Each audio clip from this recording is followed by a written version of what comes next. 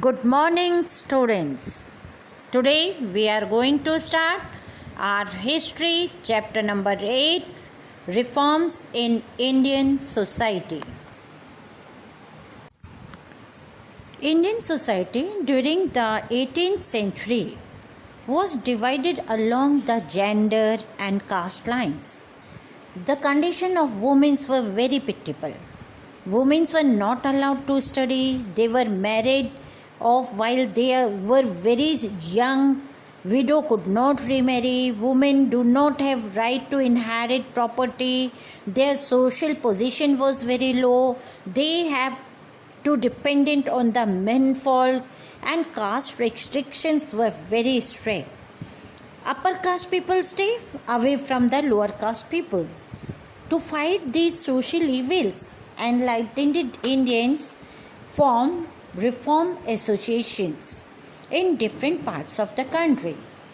We are going to talk about these associations in this chapter. Associations for reform.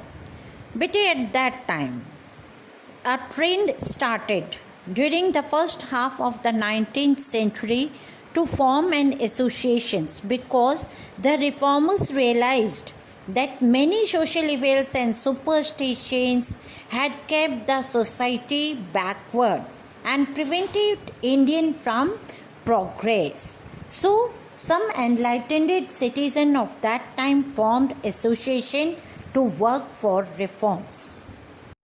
Brahma Samaj. In 1828, Raja Ram Mohan Roy founded the Brahma Samaj. It was in Calcutta and it was association to work for social and religious reform.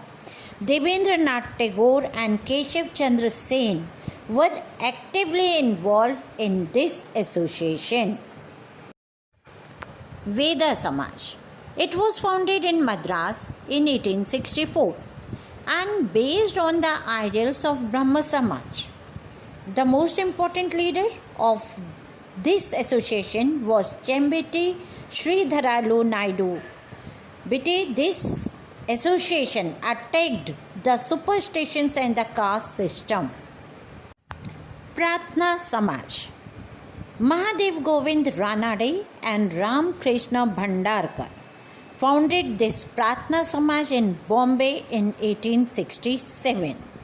And this association worked for abolition of the caste system and untouchability, and also for Hindu-Muslim unity and spread of modern education. Satya Shodhak Samaj. It was founded by Jyotirao Govindrao Phule in 1873. He was called as Mahatma Phule or Jyotiba, and its membership was open to people of all religion. This association propagated caste equality and worked for the upliftment of the oppressed class. Arya Samaj. It was founded by Swami Dayanand Saraswati in 1875. This association worked for remarriage of widow. Ramakrishna Mission. Swami Vivekananda founded the Ramakrishna Mission in 1897, and this association worked for socio-religious reform. Swami Vivekananda's guru was Swami Ramakrishna Paramhansa. Women and reforms. Many social evils hindered the process of upliftment of women.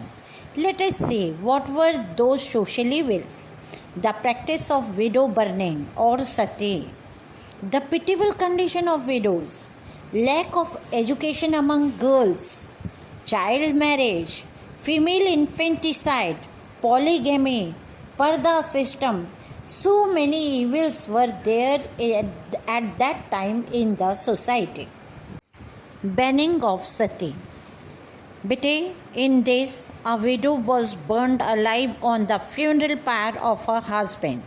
The most vocal opponent of this practice was Raja Ram Mohan Roy. But after his efforts, this practice was declared illegal in 1929. Widow remarriage. In 19th century, the condition of widows was very pitiable. They were not allowed to attend any family or community functions. Ishwar Chandra Vidyasagar launched a crusade for the betterment of widow. He wanted that widows should allowed to remarry if they wished so. His effort led to the passing of Hindu Widow Remarriage Act in 1856. Pandita Ramabai Ranade was another social reformer. She dedicated her life to the cause of women's rights, and she set up home for widows in Pune. Education for girls. The reformers of that period wanted women to be educated.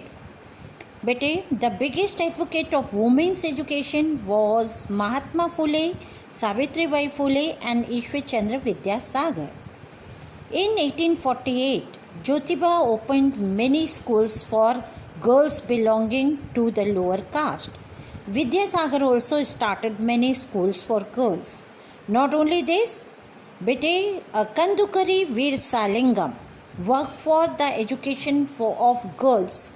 Due to his efforts for the upliftment of the women, he was known as the Vidyasagar of South India. Law against child marriage. But at that time, children were married off at a very early age. So the reformers protested against this, and after a long struggle, the Child Marriage Restraint Act, which was also known as Sarda Act, was passed in 1929, according to which the age of the marriage of girls and boys were fixed. The girl's age was at 18 and boys 21. That's all in this part of the chapter. Thank you. Have a nice day.